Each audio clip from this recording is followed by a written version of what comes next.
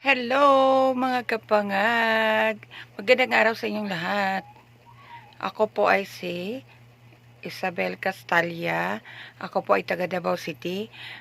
First time ko po mag-upload sa aking YouTube channel. Paki-subscribe naman ako, mga kapangag. Ako po ay taga Davao City at mayroon po akong 5 anak. Malalaki na yung 3 at yung maliliit pa yung 2. Tapos po ay kami ay simpleng pamumuhay lang dahil laki tayo sa hirap.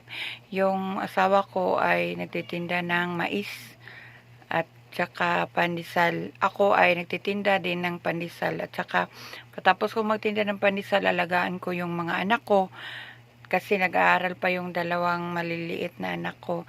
Tapos ngayon po ay nasa bahay lang po ako ngayon. Tsaka alagaan ko yung mga anak ko kasi vacation ngayon, wala silang kasama sa bahay. Kasi yung mga kapatid na malalaki na ay nag-aaral tsaka nagtatrabaho. So ngayon, i-subscribe nyo ako. Yung content ko dito sa YouTube ay anything under the sun.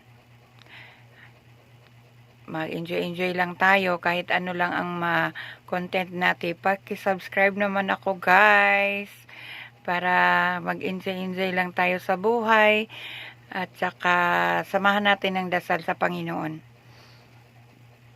Salamat sa inyong lahat, mga kapangag.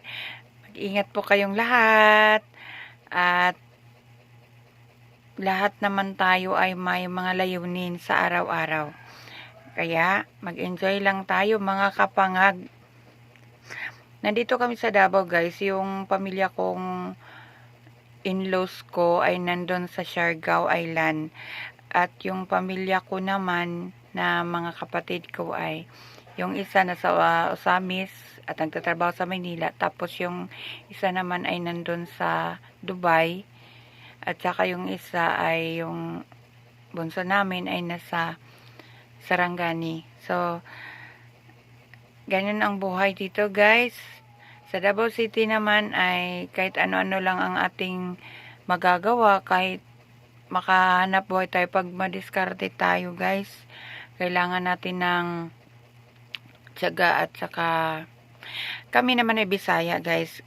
Kaya yung vlog natin ay mix bisdak. Kailangan natin ng Tagalog, Bisaya, at saka kung ano-ano lang. Bito, guys. Ito talaga, guys, ay kung ano lang ang ma-upload natin. Panoorin nyo lang, guys.